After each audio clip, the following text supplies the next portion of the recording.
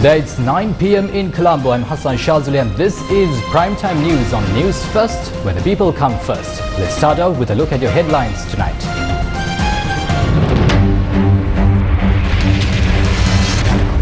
Basil Rajapaksa acquitted from the Malvana case. Can the Lady Ridgeway Hospital for Children continue to feed their patients? 2 shootings, 2 dead. Use the Itukama fund to purchase medicine, a direction from the president. 9 suspects in the Eknaligoda murder case remanded. BASL writes to the AG and the IGP. Requests for an impartial investigation into the violence on the 9th of May.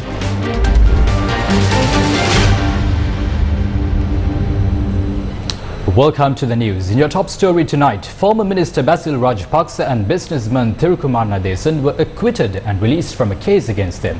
They were accused of misusing state funds to build a mansion in Malvana. The case was taken up at the Gampaha High Court this morning.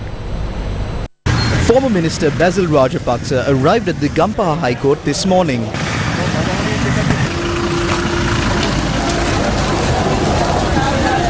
Good morning. Lawyers at the court voiced their objection on the manner in which the former minister's motorcade was parked opposite the court complex.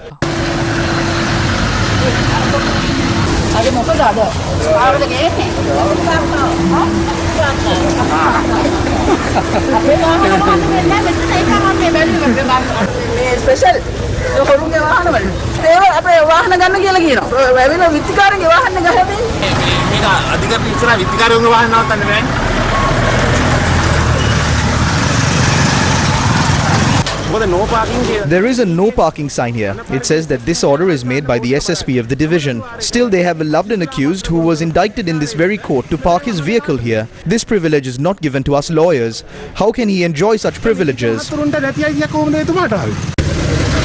the objection made by the lawyers, the motorcade was moved away from the court complex. 3 indictments were filed against Basil Rajapaksa and Thirukumar Nadesan by the Attorney General for misappropriating state funds to purchase a 16-acre plot of land and build a mansion along with a swimming pool and a farm. When the case was called up on the 25th of March this year, the first witness in the case, Upul Kumar Ramavikrama, the contractor, testified that he did not make a complaint with the Police Financial Crimes Investigation Division and that he cannot accept the signature placed in the statement. Deputy Solicitor General Sunil Kularatna, who led the prosecution, informed the Gampaha High Court that the evidence will not be recorded in the case filed against Rajapaksa and Nadesan, as the witness has made such a statement. Accordingly, the Deputy Solicitor General informed court that they have no intention of proceeding with the case. As the prosecution case was not proved beyond reasonable doubt, the Gampaha High Court Judge Nimal Ranavira decided not to proceed with the case and to acquit and release the 2 accused from the case.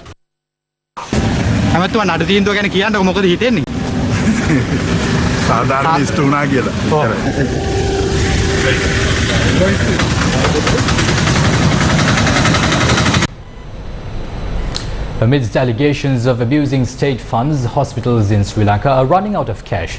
Dr. Santushita Senapati is the Deputy Director of the Lady Ridgeway Hospital for Children. He says the hospital can't afford food for in-house patients. If a child in Sri Lanka falls ill, the Lady Ridgeway Hospital for Children is the place that people trust the most to treat their children. The hospital is now facing hardships in supplying food to the children at the hospital receiving in-house treatment, as the food suppliers are no longer able to provide the necessary supplies at the old price. Children and employees at the hospital no longer get any eggs, fish or meat.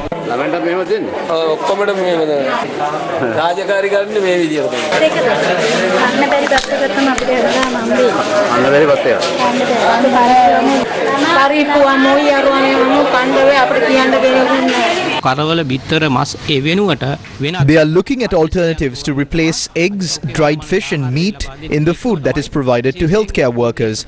Instead of providing healthy food to patients at hospitals, they are giving them the cheapest food items available on the market. This is a serious situation. There are issues with regard to the health of these patients. ජීවිත සම්බන්ධයෙන් ගැටලු සහගත තත්ත්වයක්. Under these circumstances, food for children at the hospital is now brought from their homes.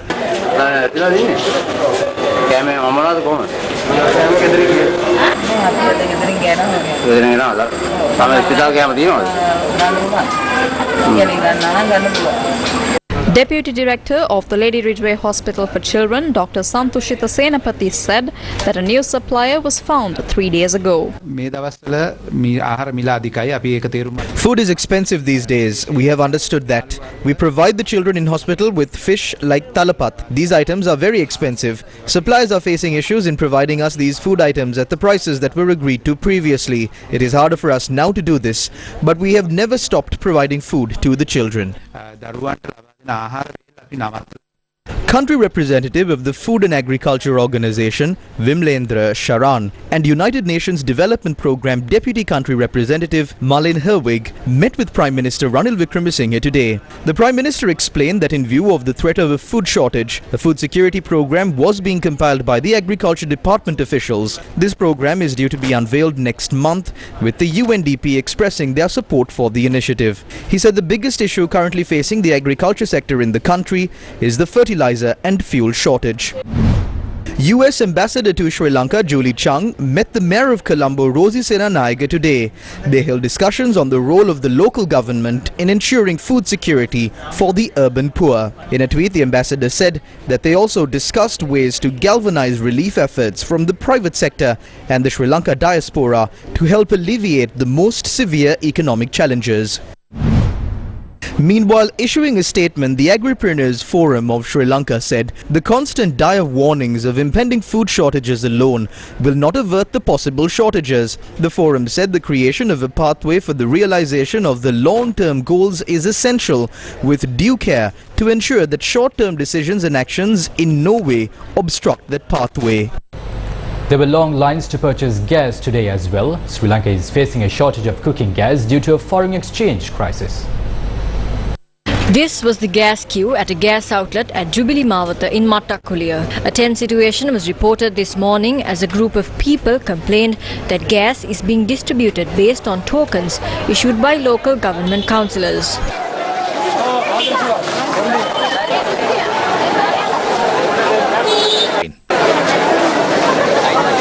මන්ත්‍රීගොල්ලෝ දෙන්නේ කෙතෙන්ද සහභාගී වෙලා ඒගොල්ලෝ දැන් වෙනම තුන්ඩුවක් අලුතෙන් දීලා ඉන්න කට්ටියට නෑ කියනවා මන්ත්‍රී දෙන්නේ දීලා 200 පක්ෂාල ආයෙත් කියලා මන්ත්‍රීවරුන් දෙන්නට මෙතනට දේශපාලන පක්ෂ ගාවගෙන 200 නම්බර්ස් බෙදලා තියෙනවා මෙතන එතකොට හැමදාම ඇවිල්ලා හිටියාට මොකද වෙන්නේ ඊයේ රෑ 9 ඉඳන් පොලිස් කියලා තියෙන්නේ එතකොට මන්ත්‍රීගොල්ලන්ට මේව බෙදන්න ඇති නෑනේ දේශපාලනයක් කරන්න එපා මෙතන ඔක්කොම ඉන්න මිනිස්සු කණ්ඩ බොඬ උයාන කණ්ඩ ඇවිල්ලා තියෙන මෙතන Newsfirst inquired from Municipal Councillor Roy Boghawatta regarding the matter today. He said the public has the wrong impression as the gas distributor has issued tokens to 400 people. He said the tokens were cancelled due to public outrage. Meanwhile, a group engaged in a protest this morning, blocking the Hatton Sanchimale road from Puliyavatta.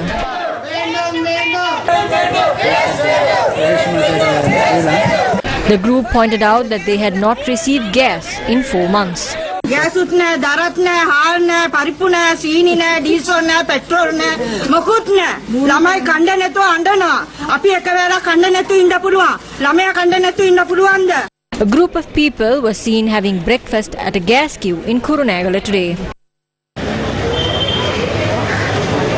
දවස් 5ක් විතර ඉන්නවා මෙතන. මිනිස්සු gas ටික ණයට ගත්තේ නැහැනේ, පෙට්‍රල් ටික ණයට ගත්තේ නැහැ. එතකොට ඩීසල් ටික ණයට ගැහුවේ නැහැ. ඉතින් මෙහෙම කරන්න හොඳ නෑ නේද? People who waited in queue to purchase gas in Badulla have returned home empty-handed today after the police informed them that gas will not be distributed today. ඒගොල්ලෝ කියන දේවල් වල ඇටියට අද ගෑස් එන්නේ නැහැ. හල්දුම් මුල්ලට තමයි බානවා කියලා කිව්වේ ඊයේ අපේ. ඒතර බදුල්ල ගෑස් එන්නේ නැහැ. People of Badegama were seen waiting in queue to purchase gas despite heavy showers.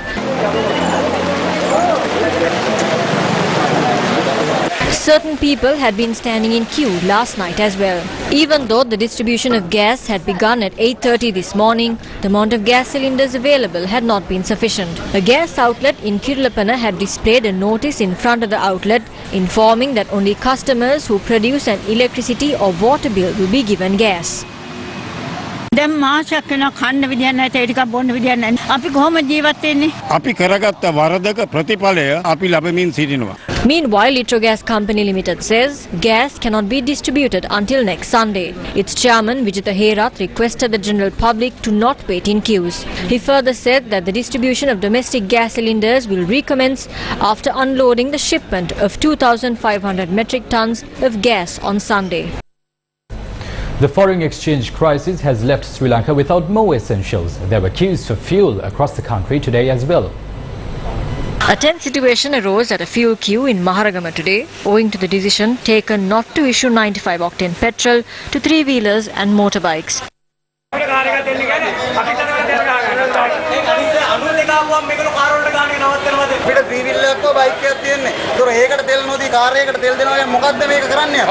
Our correspondent reported that diesel and kerosene was not available at several fuel stations in Galle and its suburbs. However, people continue to remain in queues with the hope of obtaining diesel for their vehicles. Diesel was not issued to any fuel station in Kandy.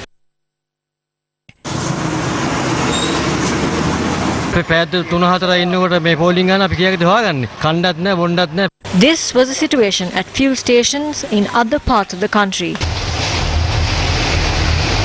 Meanwhile, Sri Lanka Podujana Peramuna Putlam urban councillor Mohan Duminda was arrested today for hoarding stocks of fuel to resell it at a higher price. Police said 210 litres of diesel and 1 bottle of petrol were found in his possession.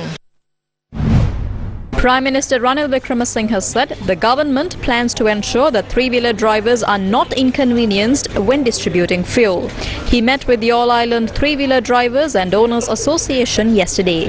He also agreed to establish a three-wheeler regulatory authority. The Prime Minister's office recently said that $500 million will be required to import fuel monthly. The Prime Minister also met with the Petrol Shed Owners Association. They held discussions on the security of fuel stations and regularizing the supply of fuel.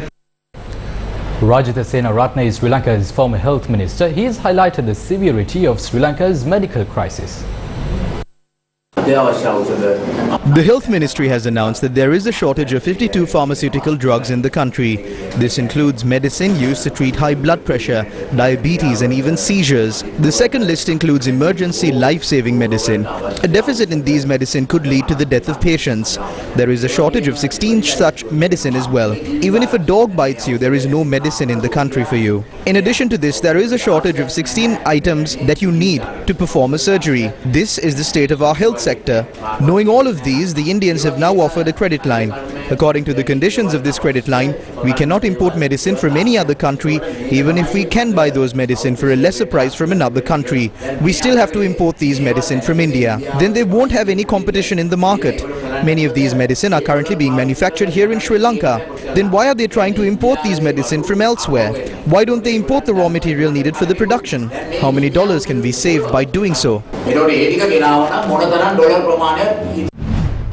Meanwhile, President Gotabaya Rajapaksa has instructed officials to utilize 1.8 billion rupees from the COVID-19 Healthcare and Social Security Fund to import essential medicine to the country. This decision was reached during a special meeting held at the President's house today. This meeting was held to solve the imminent issues faced by the health sector of Sri Lanka. As the COVID-19 pandemic is under control in Sri Lanka, the President had instructed for the money in the COVID-19 Healthcare and Social Security Fund to be used for health requirements. The President's media division said that 234 medicines required by hospitals are produced locally, and considering the rising cost of medicine in the world market, the President stressed the need to enhance local production and utilize the Indian credit line to import the materials required for the production of these medicines.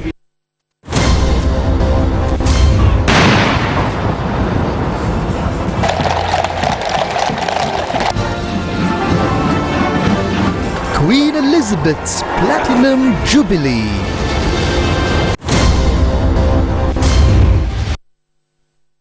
Military intelligence personnel have been remanded over the murder of journalist Prageeth Eknologala. We'll take a look at what happened in court after this short commercial break. I'll see you on the other side.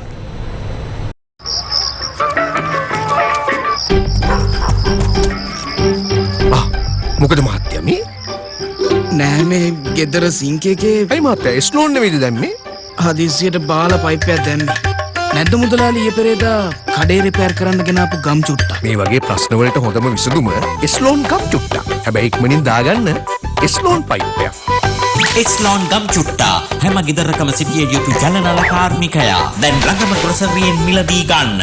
Introducing EVA Heavy Flow Wings with an extended length of 280 millimeters to provide extra protection on days you need it most. And for the first time in Sri Lanka, an antibacterial layer to minimize microbial growth. EVA, leading with confidence.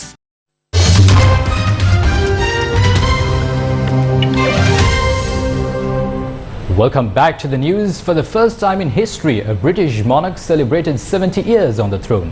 Many events are being held to mark the Platinum Jubilee of Queen Elizabeth II. I declare before you all that my whole life, whether it be long or short, shall be devoted to your service and to the service of our great imperial family to which we all belong. Queen Elizabeth II was 25 years old when her reign began on the 6th of February 1952. To mark the unprecedented anniversary, Platinum Jubilee celebrations took place across the country. This 4-day holiday weekend will conclude a variety of public events and community activities. The festivities began yesterday with the Queen's birthday parade, which is also known as Trooping the Colour.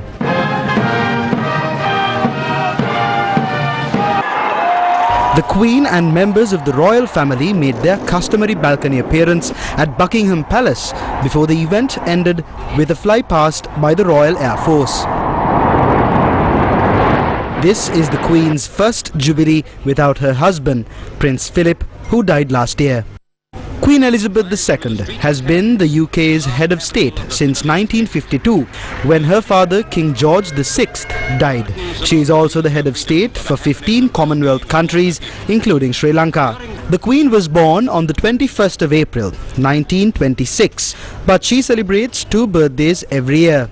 The second is the day the official celebrations take place and is usually on the second Saturday in June. This started with her great-grandfather Edward VII, who was born in November to make it more likely that there would be good weather for a public celebration. This year's Jubilee will be the Queen's 4th. She celebrated her Silver Jubilee in 1977, her Golden Jubilee in 2002 and her Diamond Jubilee in 2012. The Queen has ruled for longer than any other monarch in British history, becoming a much-loved and respected figure across the globe. Her extraordinary reign has seen her travel more widely than any other monarch, undertaking many historic overseas visits. Known for her sense of duty and her devotion to a life of service, she has been an important figurehead for the UK and the Commonwealth during times of enormous social change. Coming back to some news here at home, a man was killed in Alatgama this morning in the latest wave of crimes that has hit Sri Lanka. Up next is Crime Watch.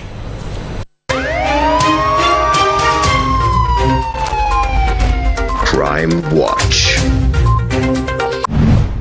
A shooting was reported in Moragalla, Maradana this morning. The victim was a king coconut vendor. He loaded a lorry with king coconut and was about to leave.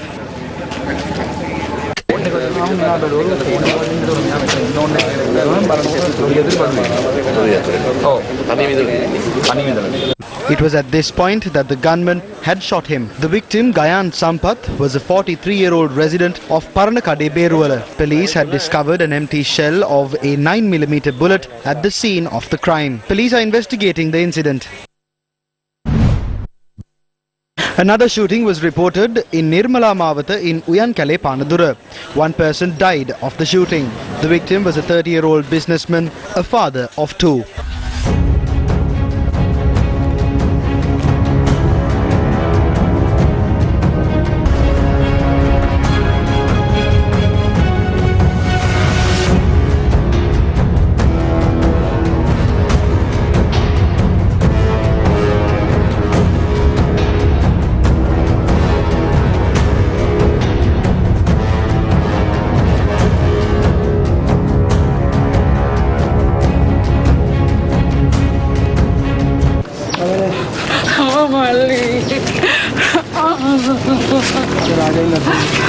He was shot when he was travelling with a friend on a motorbike. He was on his way back after preparing his newborn baby's birth certificate. CCTV footage shows the gunman shooting the wounded victim for a second time while he was lying on the ground. Panadura Chief Magistrate Jairowan Disanayaka inspected the location today. The reasons behind the two shootings that occurred today are yet to be ascertained. Crime Watch. 9 military intelligence personnel have been remanded until the 13th of this month. They are facing charges over the disappearance and murder of journalist Prageeth Eknaligoda. They were out on bail previously. The order was issued by the Colombo Permanent High Court trial at bar after the 9 military intelligence officers who were named as defendants appeared in court today. Attorney at law Upul Kumara Peruma, appearing for the aggrieved party, informed court that the witness identified as Sumutipala Suresh, who appeared to testify in court, did not appear at the previous hearing, and thereafter a warrant was issued by the court for his arrest. He requested the court to call for an investigation as it was evident that the witness was being influenced. Senior Deputy Solicitor General Dilip Aperius, appearing for the prosecution, told the court that he too agrees that the witnesses in the case were being influenced and requested court to look into the matter. Thereafter, the witness statements were recorded and the matter was postponed to the 13th of June. The Bar Association of Sri Lanka has requested the Inspector General of Police and the Attorney General to ensure that an impartial investigation is conducted into the incidents of violence that were reported on the 9th of May. In a letter to the Attorney General and the Inspector General of Police, the Bar Association of Sri Lanka says that they need not emphasize that investigations by law enforcement agencies should be conducted independently and impartially. The letter states that allegations of bias against law enforcement agencies will lead to a serious loss of public confidence and will worsen the law and order situation in the country. According to the BASL, the allegations of partiality leveled against law enforcement agencies are regarding arrests being made without verifying the claims that suspects were not at the scene of the crime but elsewhere, arrests being carried out without any credible material but solely based on lists provided by interested parties including politicians, arrests being done solely on the basis that people had participated in peaceful protests against the government, and photographing suspects prior to the identification parade, leading to suspicion of such photographs being shown to witnesses prior to such parades. The letter sent by the BASL urges the Attorney General to advise the police to ensure that all investigations are conducted in an independent and impartial manner. Colombo Municipal Councillor Mahinda Gahandagama, who was arrested by the Criminal Investigations Department for his involvement in the attacks conducted on peaceful protests opposite Temple Trees and at Goldface Green, was remanded until the 8th of June today. He was remanded by the Colombo Fort Magistrate when he was produced to court by the CID.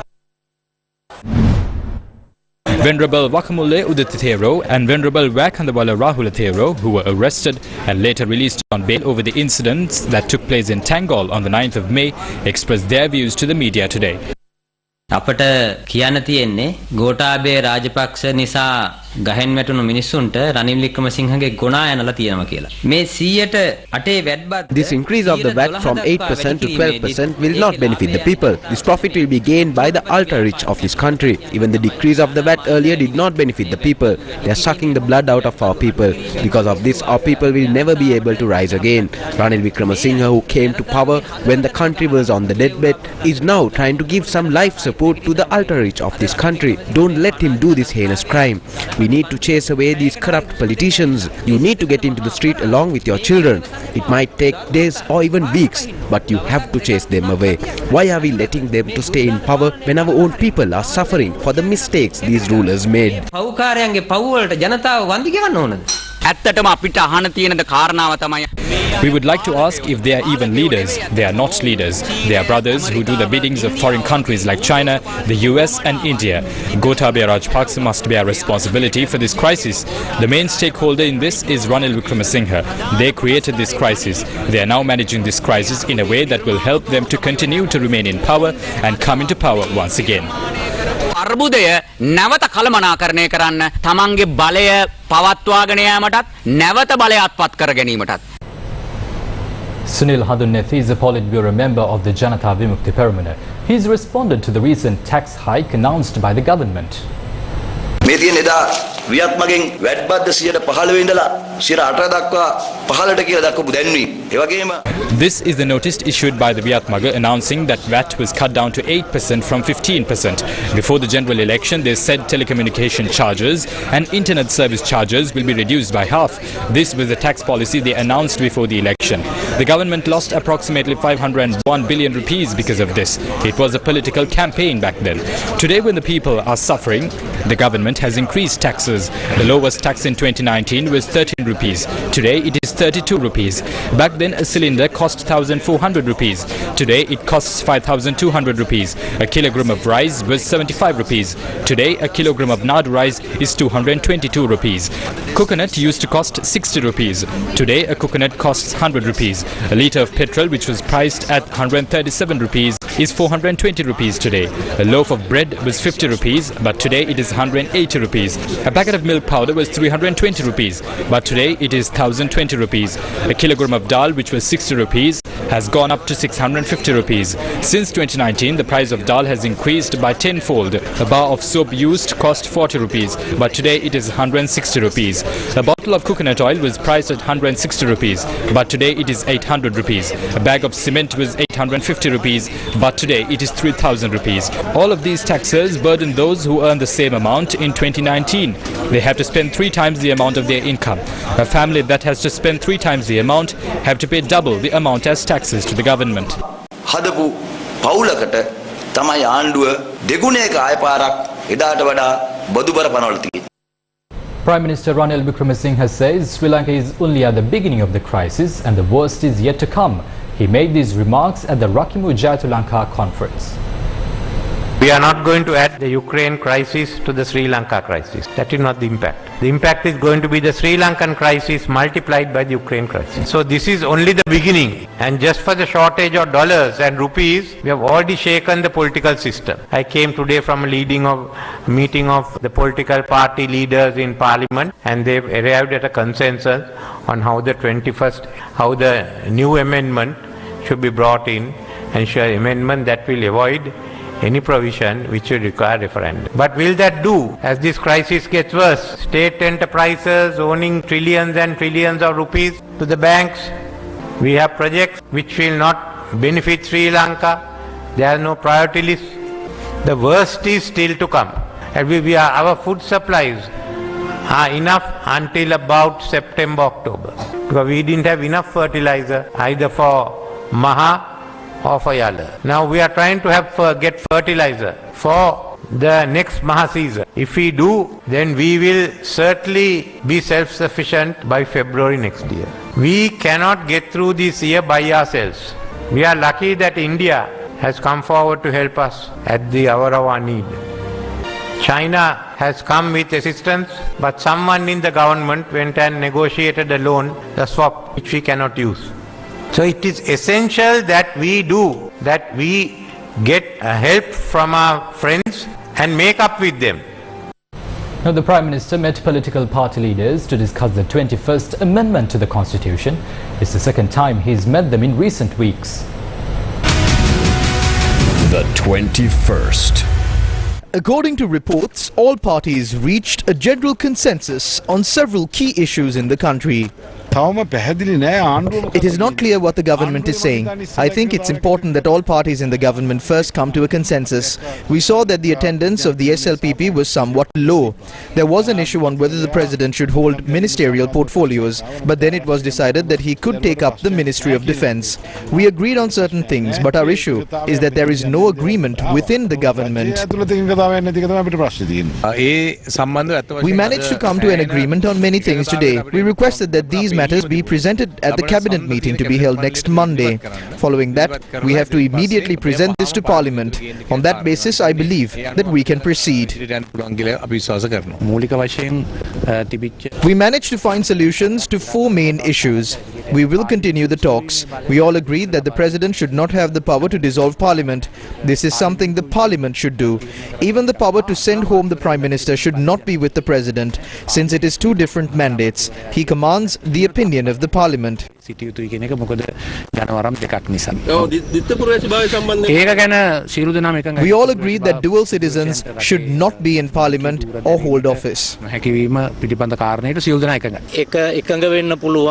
We have brought this draft to a point where we can all agree on. Accordingly, we hope to obtain the approval of the cabinet in the future.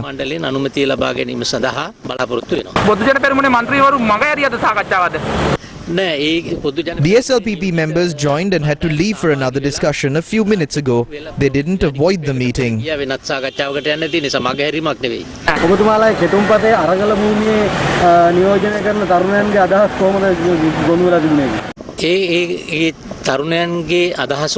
Their opinions are included in this draft. I had talks with a large number of protesters. Therefore, they also said that they agree with this to a certain extent. Initially, what we are doing is creating stability in times of crisis. Once we put forward a new constitution, then we can make sure that the youth, women and other oppressed communities will get priority.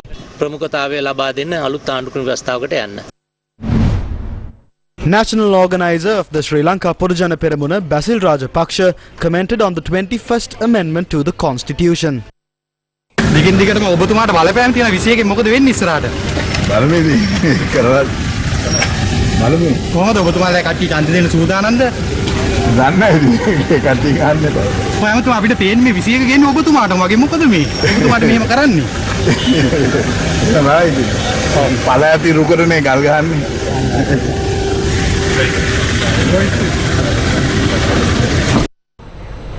After several years, now many villages in Matale have access to clean drinking water. We'll have that story coming your way after this short commercial break. Stay with News First. We will be right back.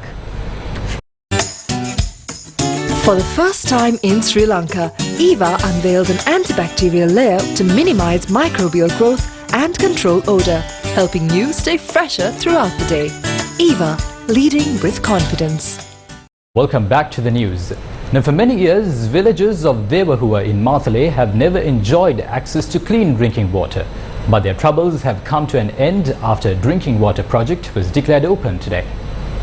Ihaladiggala is a rural village in Galevilla. Many residents here are kidney patients. People here quenched their thirst, knowing very well that the water that is keeping them alive will eventually lead to their untimely death. The cries of these residents for clean drinking water had always fallen on deaf ears. Until now, residents of this village informed Gammadda about their plight, and Gammadda responded. Kumar Pereira and Kamani Pereira, residing in Colombo 6, funded this project to provide clean water to the residents here.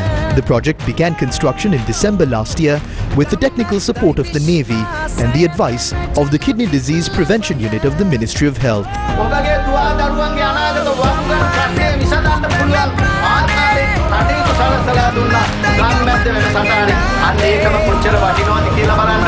අපිට පුළුවන් තනියම නැගිටින්න. අපි තනියම නැගිට්ටොත් විතරයි අපිට අපේ කියලා අනාගතයක් හදාගන්න පුළුවන්. ඒ නිසාම තමයි මේ තරුණ තරුණීන් ගම්මැද්දට මෙච්චර මහන්සි වෙන්නේ. දැනට Despite the economic hardships that we are facing, we would like to present our gratitude to everyone who supported us to complete this project successfully.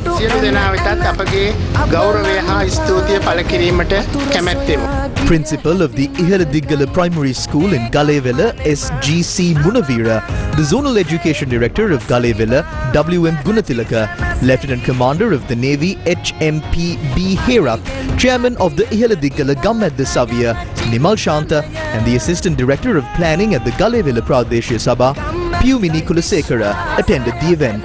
The people of Ihaladiggala will suffer no more and will now have access to clean drinking water. Gammadda, by the people, for the people. News First, with the people. Another phase of the Divi Savia program to distribute dry rations among families in need was held in the Gampaha district today. The program is sponsored by LOLC Holdings. The Divi Savia program, sponsored by LOLC Holdings, entered its 24th day today.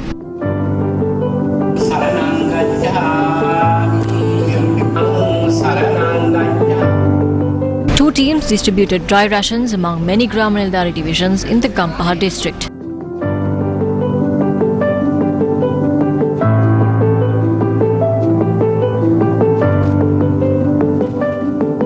The Divisavia program aims at supporting low-income families amidst the economic crisis.